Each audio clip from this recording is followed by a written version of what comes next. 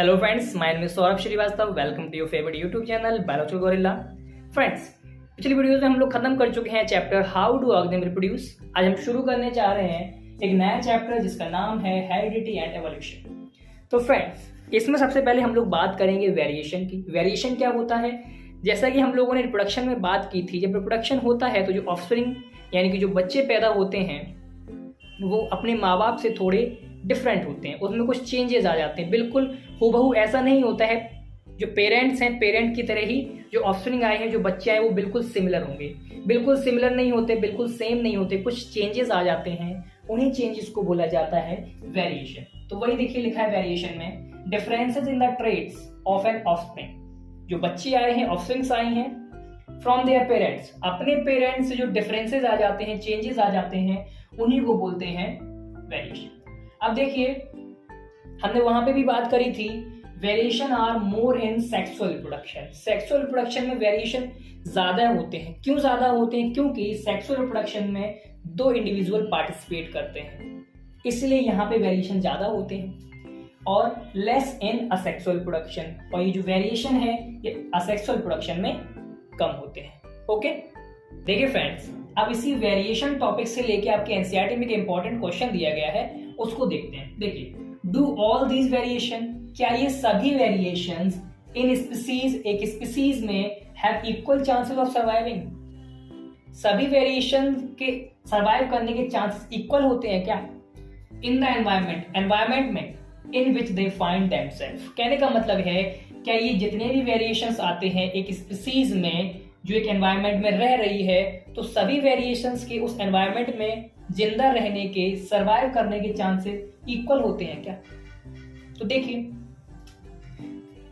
इसको फ्रेंड्स कैसे समझते हैं।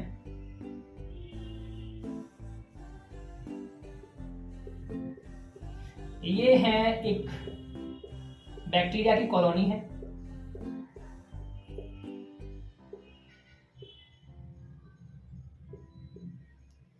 ये बहुत सारे बैक्टीरियाज हैं।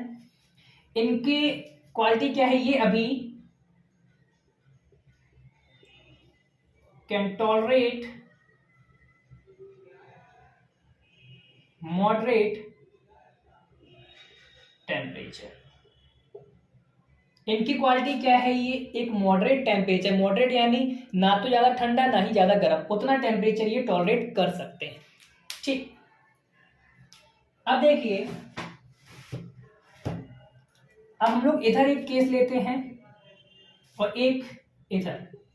इधर हम लोग लेंगे, मान के चलते हैं इधर वेरिएशन 1, इधर वेरिएशन 2। अब देखिए, वेरिएशन 1 में क्या हुआ, इसके अंदर ये वेरिएशन आ गया, और वेरिएशन आने के बाद क्या हो गया, कुछ ऐसे चेंजेस आ गए। इससे क्या हुआ, ये जो बैक्टीरियाज हैं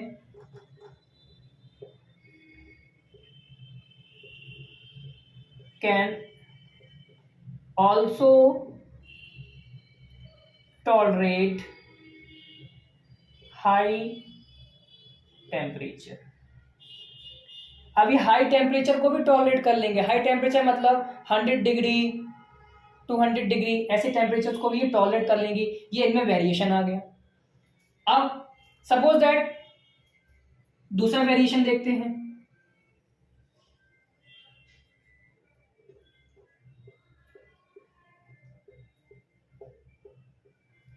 अब ये देखिए, वेरिएशन 2 क्या हुआ, can also tolerate cold temperature. Cold temperature का मतलब है 0 डिग्री सेल्सियस या उससे कम, वो टेम्परेचर भी ये टॉलरेट कर सकते हैं। अब दो केस है हमारे पास, केस 1 में वेरिएशन 1, केस 2 में वेरिएशन 2। अब देखिए, अब सपोज दैट ये नॉर्मल टेम्परेचर में रह रहा है, बट एनवायरमेंट में कुछ ऐसे चेंजेस आए, एनवायरमेंट बदला, मौसम बदला। मौसम में क्या हुआ, एनवायरमेंट कुछ ऐसा हो गया, बहुत सारे एनवायरमेंट में टेम्परेचर बढ़ गया। तब एनवायरमेंट का अगर टेम्परेचर रेज कर गया, तो कौन सा वाला वेरिएशन सर्वाइव करेगा? ये वाला। ठीक है, तो ये वेरिएशन क्या था, ये वेरिएशन आ गया था, तो अब ये बैक्टीरिया क्या थे, हाई टेम्परेचर भी टॉलरेट कर लेंगे। तो अगर एनवायरमेंट में टेम्परेचर ज्यादा होगा तो ये वाला वेरिएशन सर्वाइव करेगा, और एनवायरमेंट अगर ऐसा चेंज हो कि उसका टेम्परेचर डाउन हो जाए, 0 डिग्री सेल्सियस से कम चला जाए, तो ये वाला वेरिएशन सर्वाइव करेगा। तो वेरिएशन कौन से सर्वाइव करेंगे या नहीं करेंगे, ये डिपेंड करता है एनवायरमेंटल कंडीशन पे। नेचर की कंडीशन क्या है, नेचर डिसाइड करता है कि कौन सा वाला वेरिएशन सर्वाइव करेगा। ठीक है, तो इस क्वेश्चन का आंसर क्या हुआ, do all these changes, do all these variation in species have equal chances of surviving in the environment in which they find themselves. तो इसका आंसर होगा नहीं, सभी वेरिएशन के इक्वल चांसेस नहीं होते। अगर ऐसा होता तो ये कोल्ड वाला वेरिएशन आया ये भी सर्वाइव करता और ये भी सर्वाइव करता, बट डिसाइड कौन करता है, नेचर सिलेक्शन होता है। नेचर सिलेक्ट करता है कि कौन सा वेरिएशन सर्वाइव करेगा, कौन सा नहीं करेगा। अगर एनवायरमेंट में कुछ चेंजेस ऐसे आएंगे, हाई टेम्परेचर होगा तो ये वाला वेरिएशन सर्वाइव करेगा, लो टेम्परेचर होगा तो ये वाला वेरिएशन सर्वाइव करेगा। तो फ्रेंड्स ठीक है, इसका आंसर होगा नहीं। ओके, देखिए फ्रेंड्स, इस चैप्टर में कुछ इंपॉर्टेंट टर्म्स हैं, उनको जानना जरूरी है, तो देख लेते हैं। देखिए, heredity, the transfer of characters from parents to offspring is known as heredity. Parents से जो ऑफस्प्रिंग में, जो बच्चों में ट्रेड्स ट्रांसफर होते हैं उसको बोला जाता है, जो कैरेक्टर्स ट्रांसफर होते हैं उसको बोलते हैं हेरिडिटी। ठीक, अब inheritance, the process through which, अब वो प्रोसेस जिसके जरिए, through which characters pass from one generation to another is called inheritance. ठीक है, जब पेरेंट से बच्चों में कैरेक्टर्स ट्रांसफर होते हैं तब बोलेंगे हेरिडिटी, पर वो प्रोसेस जिसके थ्रू एक जनरेशन से दूसरी जनरेशन में कैरेक्टर ट्रांसफर होते हैं, पास ऑन होते हैं, उस प्रोसेस को बोलते हैं इनहेरिटेंस। तो दोनों में माइन्यूट सा डिफरेंस है, लगभग दोनों सेम ही है। ठीक है, बात सेम ही बोल रहे हैं दोनों, बट माइन्यूट सा डिफरेंस है। अब देखिए, ट्रेड्स क्या होते हैं, traits are the characteristics. Trait क्या होते हैं, कैरेक्टरिस्टिक्स होते हैं, खूबियां होती हैं। फीचर्स, कैरेक्टरिस्टिक फीचर्स होते हैं किसी ऑर्गेनिज्म के present in a physical form, जो फिजिकल फॉर्म में प्रेजेंट होते हैं, दैट इज विजिबल, जो हमें दिखाई देते हैं, प्रेजेंट होंगे फिजिकल फॉर्म में, जैसे हाइट क्या है, आंखों का कलर क्या है, कॉम्प्लेक्शन क्या है, ये सब चीजें। और in a physiological aspect of the organism, और उस ऑर्गेनिज्म की फिजियोलॉजी में भी वो कैरेक्टर्स दिखते हैं हमको, उनको बोलते हैं ट्रेड्स। तो ट्रेड्स इन शॉर्ट क्या है, जो फीचर्स हमको किसी बॉडी में देखने को मिलते हैं, उसका कलर, कॉम्प्लेक्शन क्या है, आई कलर क्या है, हाइट कितनी है, ये सब चीजें, उनको बोलते हैं ट्रेड्स। ओके, अब फ्रेंड, ट्रेड्स दो तरीके के होते हैं, एक होता है एक्वायर्ड ट्रेड, एक होता है इनहेरिटेड ट्रेड। अब इनमें डिफरेंसेस क्या क्या है वो हम लोग देख लेते हैं।